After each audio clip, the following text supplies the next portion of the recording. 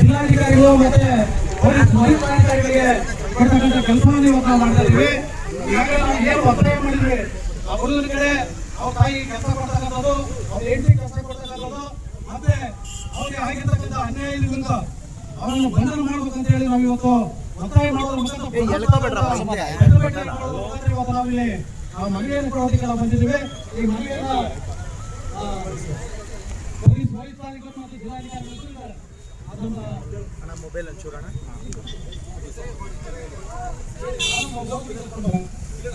ಆನಂದ್ ಅವರು ಓದ್ಬಿಟ್ಟು ಮನೆ ಜಿಲ್ಲಾಧಿಕಾರಿಗಳು ಮತ್ತು ಎಸ್ ಪಿ ಅವ್ರಿಗೂ ಕೊಡ್ತಾರೆ. ಅವ್ರ ಮೇಲೆ ಟರ್ಬಲ್ ಇದು ಕೊಡಿ, ಪೇಪರ್ ಏನಿದೆ ಪ್ರವೀಣ ಅಣ್ಣ ಇನ್ನಿಗೆ ಬನ್ನಿ, ಅಣ್ಣ ಇನ್ನಿಗೆ ಬನ್ನಿ.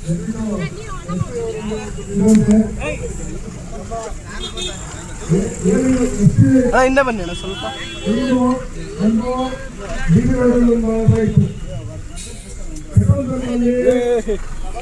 ನೀವು ವ್ಯವಸ್ಥೆ ಮಾಡಬೇಕು. ಇಲ್ಲಾಂದ್ರೆ ಈಗ ನಮ್ಮ ದಲಿತರಿಗೆ ಯಾಕೆ ಇದಾಗಬೇಕು ಅನ್ನೋದು ನಿಮ್ಗೆ ನಮ್ಗೆ ಸಂಶಯ ಬರೋ ಅವಕಾಶ ಇರುತ್ತೆ.